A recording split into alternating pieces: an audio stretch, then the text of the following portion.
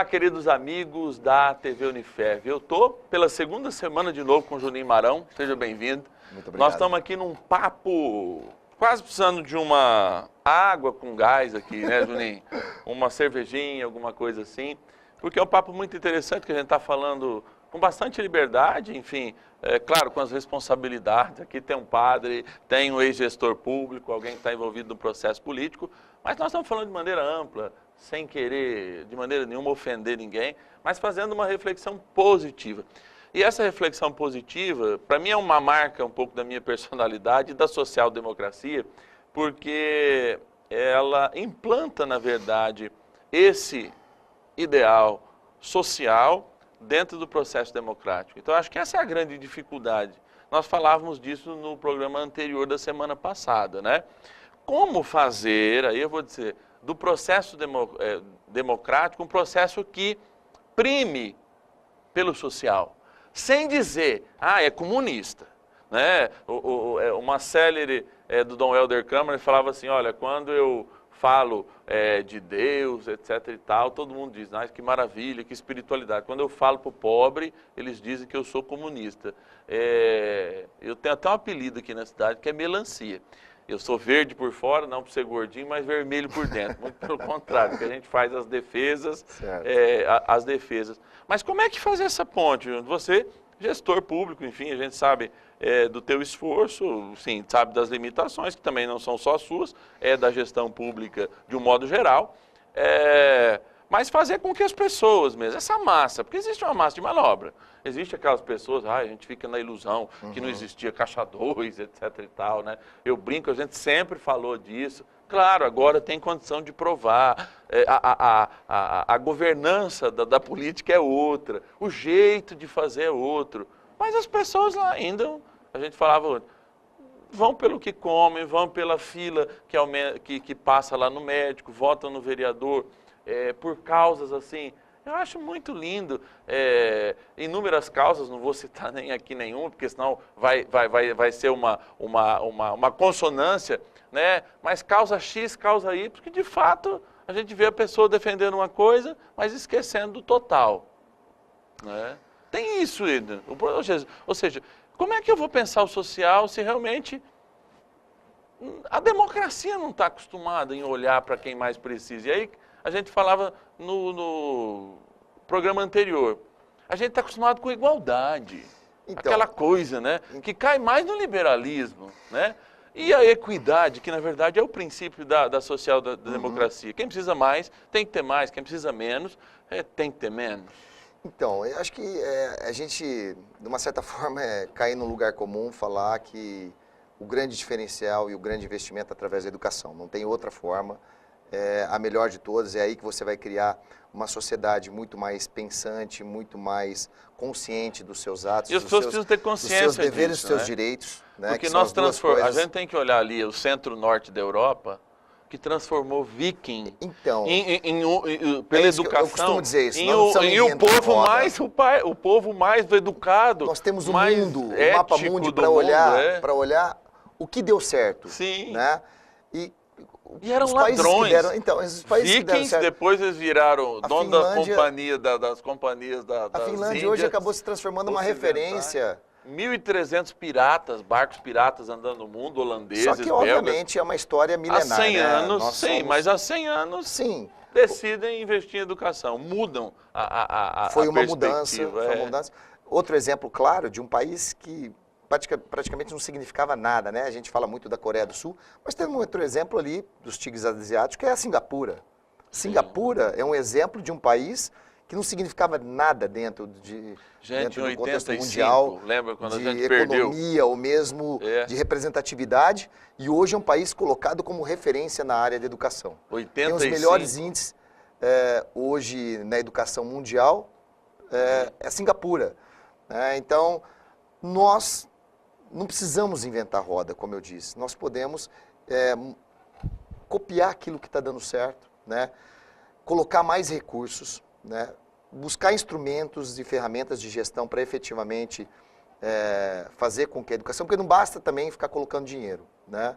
Porque o dinheiro, às vezes, ele não é tudo, ele não é o que vai fazer a diferença numa qualidade de um serviço público, seja que área for.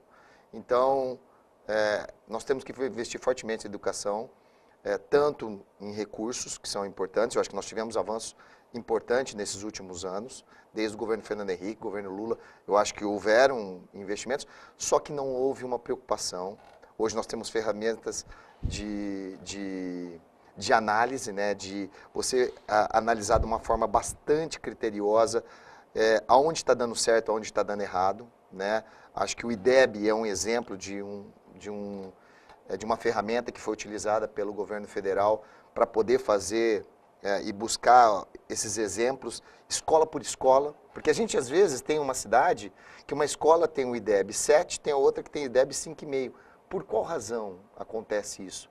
Então, com certeza está ligado à gestão desse ambiente escolar, porque os recursos são os mesmos. Muitas vezes o contorno, a política salarial é a mesma para os professores. E o contorno? Se pensa também no contorno? Para os profissionais de educação como um todo. Então, tudo isso está envolvido, né? Óbvio que as famílias que têm que se envolver na educação dos filhos, tudo mais. E eu acho que a educação é o principal instrumento para nós criarmos uma sociedade mais justa. Mas não é apenas isso. Nós estarmos vivendo dentro de uma democracia que, para mim, é o melhor modelo de regime, é a democracia. Você ter a democracia. Nós nem teríamos um programa como esse, se não tivesse um regime democrático. Porque é importante as instituições sólidas, né? Imprensa livre, né? Que são algo fundamental dentro do regime democrático. Você ter partidos políticos que têm toda a liberdade e condição de apresentar suas propostas. Mas aí nós ficamos dentro de um regime político que ele, hoje, ele não é igualitário. É um regime onde, obviamente, tem a questão da força ditadura. Tem uma força da questão do dinheiro, sigla, né? Daqueles que hoje estão dentro do poder. Eles têm muito mais condição de permanecer ali dentro do que aqueles que estão fora, que de repente querem entrar. Eu não quero aqui nominar, mas tem alguns pretensos candidatos a presidente da República que teriam muita vontade de se candidatar e são obrigados a se filiarem a determinados partidos, né? E rezar a cartilha daquele partido e talvez não exercer ou não desenvolver aquilo que ele gostaria de fazer. Aquilo que a gente espera, né? A gente espera como eleitor daquele né? determinado cidadão. Porque é duro votar para presidente, né? Diferente de prefeito. Não sei se você tem essa sensação, né? Porque a gama de interesse no executivo, na forma que esse é um problema muito do sério, nosso presidencialismo parece então a gente vota naquilo que nós falamos no outro programa, no salvador da pátria, mas ele não tem instrumento para salvar como ele gostaria. Os partidos políticos nesse país, eles obviamente, cada um defende um pouco mais o Estado, outros defendem um pouco mais a iniciativa privada, tem pautas um pouco mais liberais, pautas um pouco mais ligadas à esquerda, porém, é um pouquinho do mesmo em todos os partidos, né? Então, esse fisiologismo que existe dentro da composição partidária no país acaba atrapalhando muito novos nomes ou mesmo aqueles que têm a intenção de vir com uma nova proposta. Ou aqueles que não são novos nomes, mas herdam. Exatamente. Na verdade, são novos nomes. Mas acabam herdando e acabam entrando nesse, vamos dizer, nesse redemoinho e não nessa nobreza. Não conseguem sair disso, lamentavelmente. E aí quem fica refém de tudo isso é o cidadão brasileiro, né? Lamentavelmente é um sistema que ele deveria ser, na minha avaliação, ele deveria ser revisto. Eu acho que deveria ser permitido, já que nós temos um problema tão grande na questão partidária nesse país, eu acho que deveria ser permitido candidatos que não estivessem filiados. Ou uma reforma também partidária, né? Eu acho que não vai acontecer, né? Eu acho que cada um tem que pagar por aquilo através das suas escolhas, né? Com candidatos independentes, que é o que acontece em alguns lugares no mundo. Mas aí a gente teria que mudar a coeficiente, a gente teria que fazer eu acho distrital, misto pelo menos. Mas é isso que eu acho interessante. Se você hoje, o sistema está totalmente, ele é confuso. Porque eu voto em partido, não tenho dúvida. Então, mas aquele cidadão, ele tem todas as condições de votar contra aquilo que o partido dele defende. E aí, se ele não estiver satisfeito, tem uma janela que ele sai simplesmente. Ele foi beneficiado porque ele se elegeu por causa do coeficiente eleitoral como deputado, mas aí ele sai do partido porque o interesse dele era apenas se beneficiar daquele momento do coeficiente eleitoral. Depois ele sai desse partido porque ele não se identifica com ele.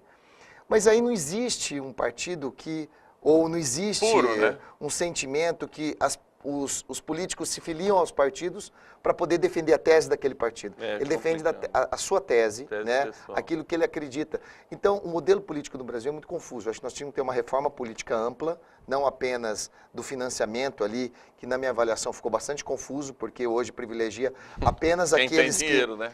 ou aqueles que conseguem ter. Você já perguntando para um candidato, vou dizer nem o nome, mas a rádio, né? E aí, como é que o senhor vai? Não, ele falou, não, eu vou entrar, eu que vou pagar a minha campanha. Então, só aqueles candidatos que têm dinheiro, que têm condição financeira, ou aqueles que conseguem pegar o recurso do fundo partidário. Que estão ali no meio, que são sempre os mesmos. Sim. Né? Então, só esses hoje que conseguem ter sucesso nobreza. dentto de uma eleição. São os viscondes, os Está correto condes, isso? Não pode ser assim. O sistema está errado e precisaria ser feita uma grande e profunda reforma política no país. Nós temos um breakzinho aqui e depois eu vou chegar com uma informação da Coreia, que ele puxou educação e passa muito rápido, né, Juninho? É verdade. Já estamos na metade do segundo programa. Dá um breakzinho, daqui a pouco a gente volta. Te espero.